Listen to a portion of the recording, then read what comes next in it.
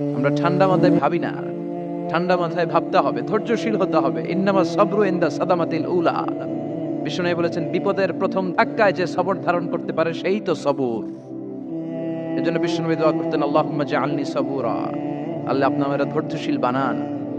ওয়া জাআলনি শাকুরা, আপনি আমার শুকরগুজার বান্দা বানান। বিশ্বনবীর চেয়ে ধৈর্যশীল, বিশ্বনবীর চেয়ে শুকরগুজার পৃথিবীর কেউ আছে?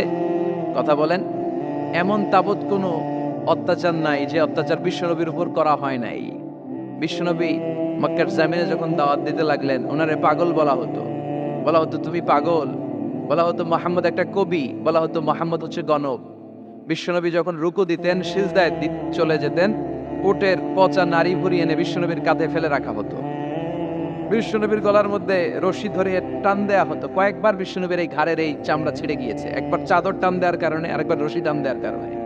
বিশ্বনবী কিছুই বলেন নাই, ক্ষমা করে দিয়েছেন। যেই মক্কার শত্রুরা বিশ্বনবীকে মক্কা থেকে বিতাড়িত করেছেন, এবং যেই রাতে উনি হিজরত করলেন, মাইগ্রেট করলেন, উনি কেঁদে কেঁদে বারবার মক্কার দিকে ফিরে তাকায়, আবার যায়, আবার ফিরে তাকায়, মাতৃভূমির মায়া ছাড়তে পারছেন না। আর বলছিলেন, মাক্কা তু আহাব্বুল বিলাদ ইলাইয়া, মক্কা আমার কাছে সবচেয়ে প্রিয় শহর। লাউলা উখরিজতু লামা খরাজতু মিনহা, আমারে যদি বের করে না দেয়া হতো এই শহর থেকে, আমি কোনোদিন এই শহর থেকে বেরোতাম না। এত ভালোবাসতেন বিশ্বনবী মক্কাতুল মুকাররমাকে। ধৈর্যশীল ছিলেন। এত অত্যাচার অনাচারের পরে যখন মক্কা বিজয়ের ক্ষণ আসলো, এই মক্কাকে বিশ্বনবী করতলগত করে দিল কে?